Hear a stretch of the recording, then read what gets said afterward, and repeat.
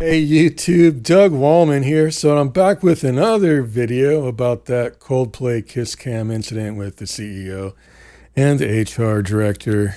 I was kind of conflicted in my last video as it was.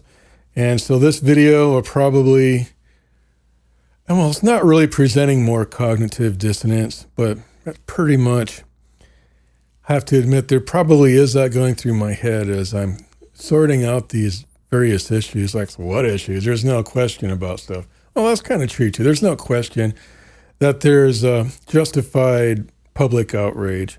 So cognitive dissonance, ambivalence, ambiguities, and just some nuance that I have about this. But really, forget all that. But there is that. But I'm going to read this poem, and it basically conveys what I was trying to say the whole time as my footnote. But now the script is kind of flipped, and I think now this kind of is maybe more the main gist of my message, at least in this video. So is it either or both and? I think it's both and, but especially this conveyed right here in this poem. And this poem is by, and I'll put his name up on the screen because I'm going to probably butcher the pronunciation of his name, Gabriel Vixamar. And technically, I don't know if it's a poem, but I'm calling it poetry. It's in the form of poetry, I think.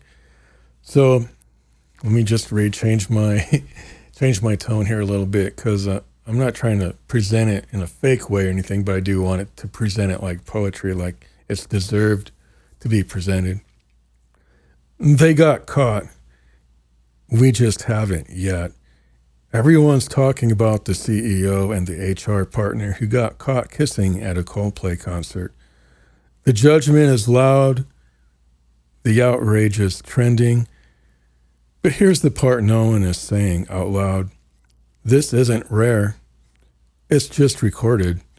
I've lived through betrayal.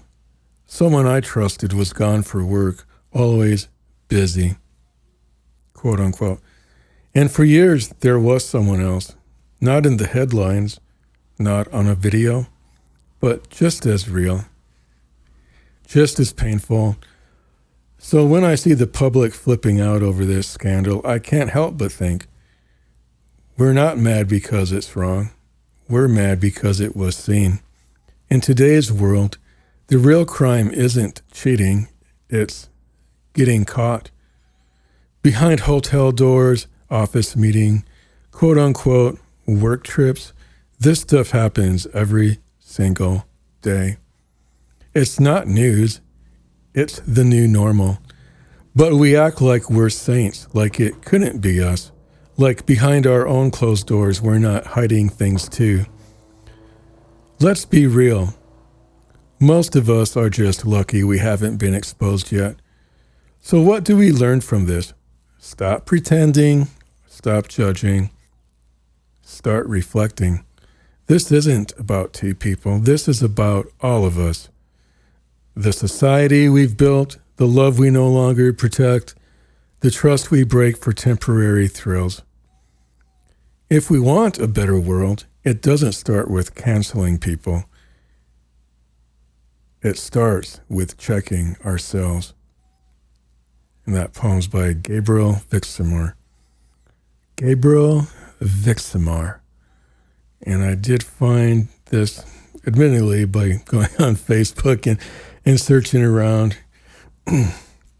So this was found on a particular post called Social 9.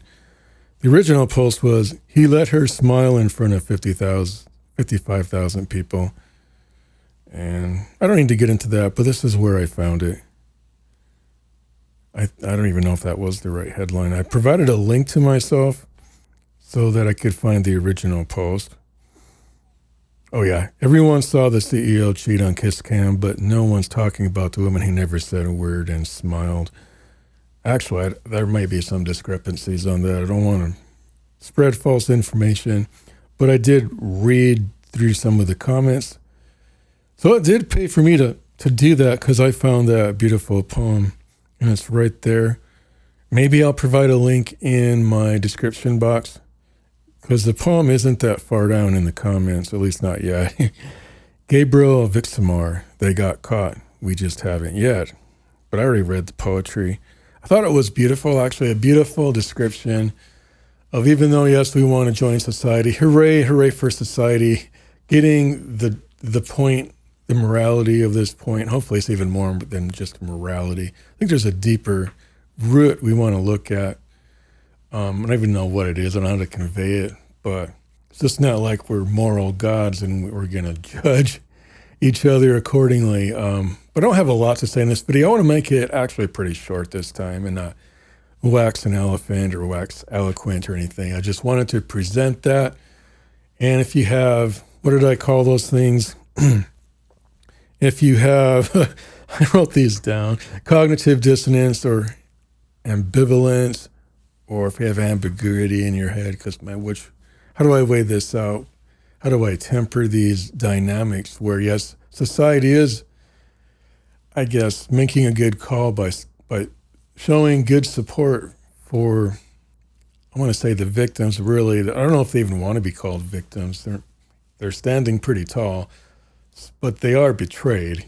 So maybe that's a better word. I was actually struggling with that too. Like, is the woman a victim or is she betrayed? I thought betrayed was a better word to use.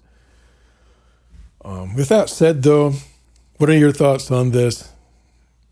Maybe you don't have to lean one way or the other. Kind of in essence, I suppose there is a leaning one way or the other. But if you have a nuanced mind, you can kind of look at it in both ways at the same time. Maybe that's my eyes go that, but they don't really go that way. At least my eyes aren't crooked like that. But my head's a little twisted around this, isn't it? Like, which way is it? Both and. I'm grateful that society has the moral fortitude to be upset, but we also have to look a little bit inward and ask the questions that need to be asked and to reflect accordingly and necessarily so. That's all I'm going to say for this video. Thanks for watching. Please do remember to like, comment, and subscribe, and we will see you in the next video. God bless you.